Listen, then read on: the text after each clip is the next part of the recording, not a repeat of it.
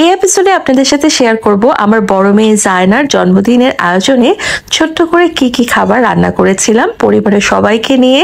খুব মজা করে আমরা সেই দিনটি কিভাবে করে সেলিব্রেট করলাম সেই সব কিছু দেখতে ও জানতে হলে আমার আজকের এপিসোডের শুরু থেকে শেষ পর্যন্ত আপনাদেরকে কিন্তু থাকতেই হবে।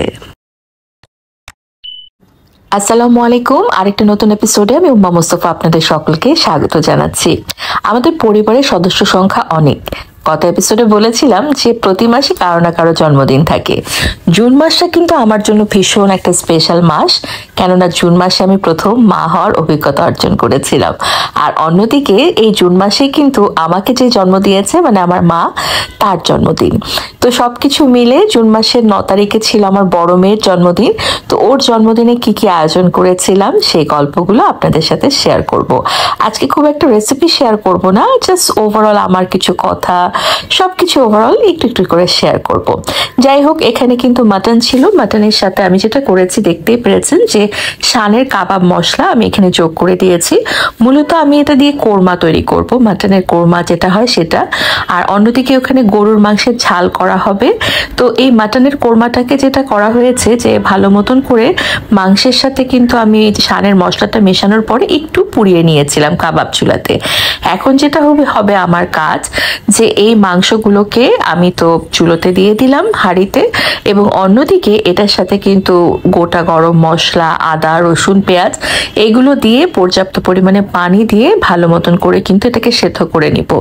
মাটন কোরমা অথবা বিফ কোরমা করতে গেলে আপনি দেখবেন যে আপনি যদি আগে থেকে সব কোরমার মশলা দিয়ে কষিয়ে নেন তাহলে সেক্ষেত্রে কিন্তু রান্না করতে করতে একদম কালচে হয়ে যাবে। যদি কালচে না করতে চান তাহলে আগে থেকে ভালো করে মাটন অথবা বিফকে সেদ্ধ করে নিতে হবে।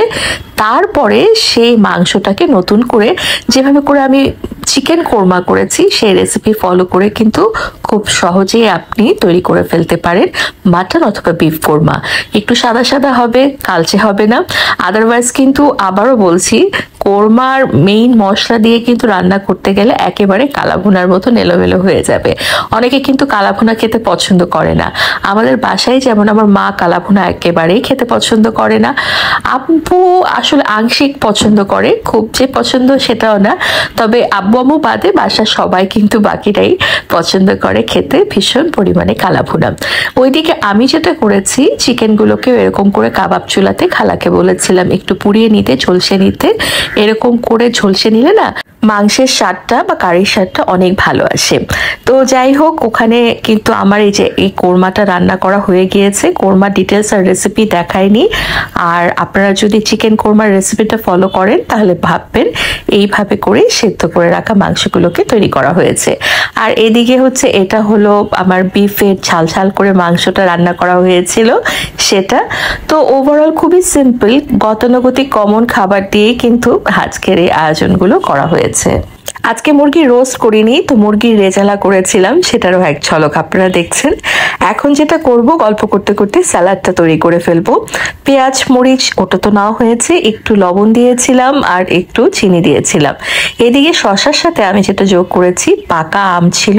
এরকম যে কোনো একটা ফল যে কোনো স্যালাডে যোগ করলে দেখবেন স্যালাডের টেস্টটা কিন্তু বেড়ে যায়। সেটা হতে পারে পাকা আম, সেটা হতে পারে মালটা, মোসাম্বি, অথবা আপনি কিন্তু অ্যাপেলও দিতে পারেন। দেখবেন স্যালাডের টেস্টটা একেবারেই বদলে গিয়েছে। আর অন্যদিকে ওই গতানুগতিক আমার কিছু কমন যে কাবাবগুলো আছে সে কাবাবগুলোই বানিয়েছিলাম। আজকে আসলে মনে হয়েছে যে না, একটু ভালো করে তাড়াতাড়ি করে রান্না বান্না করে ফ্যামিলির সাথে কোয়ালিটি টাইম স্পেন্ড করি। আজকাল না ব্লগ করতে ভালো লাগে না বলা ভুল হবে, ব্লগ করতে বা ব্লগ দিতেও ভয় লাগে। কেননা একটা সময় ছিল আমি বদনজর কথাটাকে না একেবারেই বিশ্বাস করতাম না, কিন্তু সময়ের সাথে সাথে আমার উপলব্ধি হয়েছে এবং অনুভবও হয়েছে যে না, বদনজর কথাটা আসলে এক্সিস্ট করে। তো আমার হাজবেন্ড সবসময় বলতো যে সবসময় সবকিছু ব্লগ আকারে শেয়ার করো না, এটা শেয়ার করো না, ওটা শেয়ার করো না। তো আমি খুব বিরক্ত হয়ে বলতাম যে কেন তুমি সবসময় এরকম সবকিছুতে নেগেটিভ ভাবে মানা করছো। কিন্তু সময়ের সাথে সাথে আমার মনে হয় যে না, এগুলোর সবকিছুর দরকার আছে। তাই এখন থেকে যদি কোনো কিছু শেয়ারও করা হয় দেখা যাবে যে এই রান্না বান্না ছাড়া কোনো কিছু হয়তো বা শেয়ার করব না। আবার অন্যদিকে দেখা যায় যে আপনাদের মাঝে সবাই না, গুটি কয়েক মানুষ আছে এত এলোমেলো আচরণ করে এত এলোমেলো কমেন্ট করে, তো আমি খুবই অবাক হই যে আমি না হয় এদেরকে ইগনোর করতে পারি বা ব্যান করতে পারি, বাট ভেবে দেখেন কি হতভাগা তাদের ফ্যামিলি মেম্বাররা যেরকম টক্সিক মানুষগুলোকে নিয়ে তারা হোল লাইফ ক্যারি আউট করবে। কিছুদিন আগের কথা যে আমাকে কেউ একজন বাজে কমেন্ট করেছে, যখন আমি রিপ্লাই দিয়েছি সে পাল্টা এমন একটা রিয়্যাক্ট করলো যেন আমি খুব খারাপ কিছু বলে ফেলেছি।